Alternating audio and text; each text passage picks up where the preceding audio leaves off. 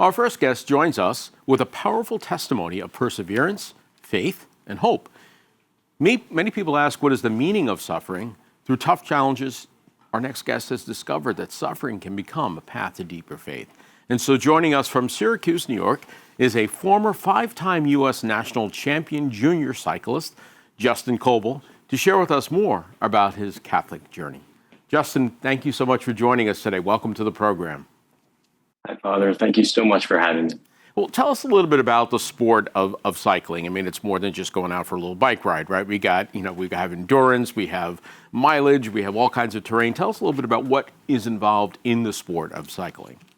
Yeah, so I developed a passion for cycling by going on weekend bicycle rides with my family.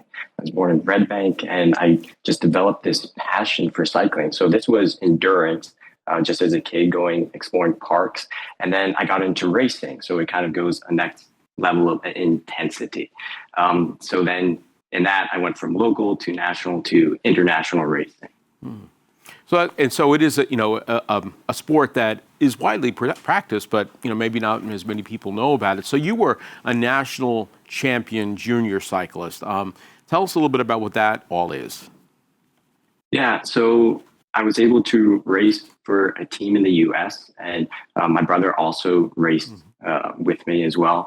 And it's basically these long races. At a high school age, it can be anywhere from 10 miles to 62 miles in one day. And the winner of the race, if it's the national championships, gets to be the national champion for the entire year. And that's a great honor in the sport. Mm-hmm.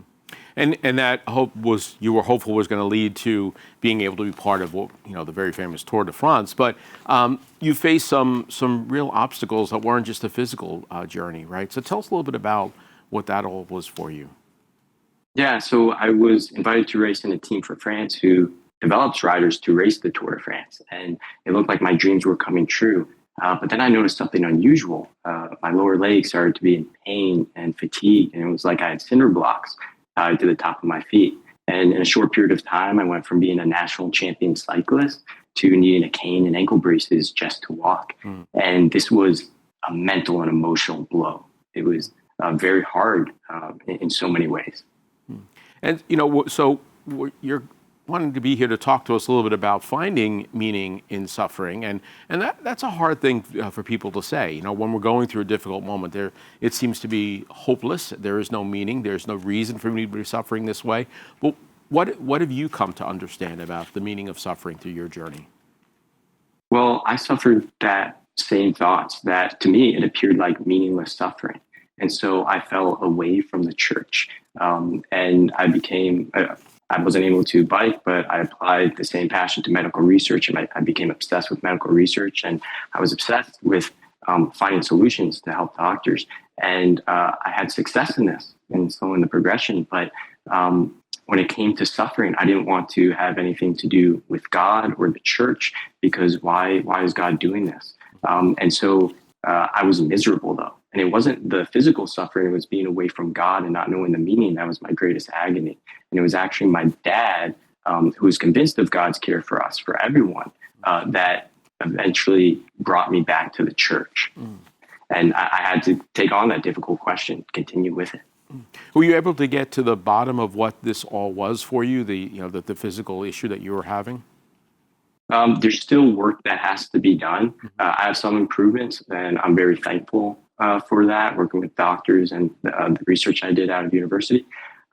So the solution is still yet to be found, but I'm happy with the improvements. And even more important, though, than what I found in treatments is the meaning of suffering is taught by the Catholic Church. And that's even far greater than any races I won. Well, so tell us a little bit about that, in the context of faith. What would you say is the meaning of suffering? Well, the words that constantly went through my mind was St. Paul's when he said, "Now I rejoice in my suffering." I thought, how can you rejoice in suffering? That seems like a paradox. Well, Pope St. John Paul II gives the answer. The joy is from discovering the meaning of suffering. And what is that? Well, it's being able to partake in the redemptive work of Christ. So now suffering changes from just being this passive thing that I'm doing to this active thing.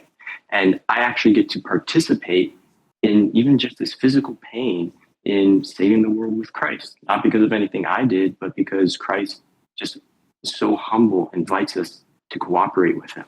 Mhm. And it's, so authentic when it comes from someone like yourself who has experienced suffering to be able to come to that conclusion and speak of that. How are you doing that? Are you on speaking tours? Are you working with groups of people, particularly individuals who are challenged by suffering?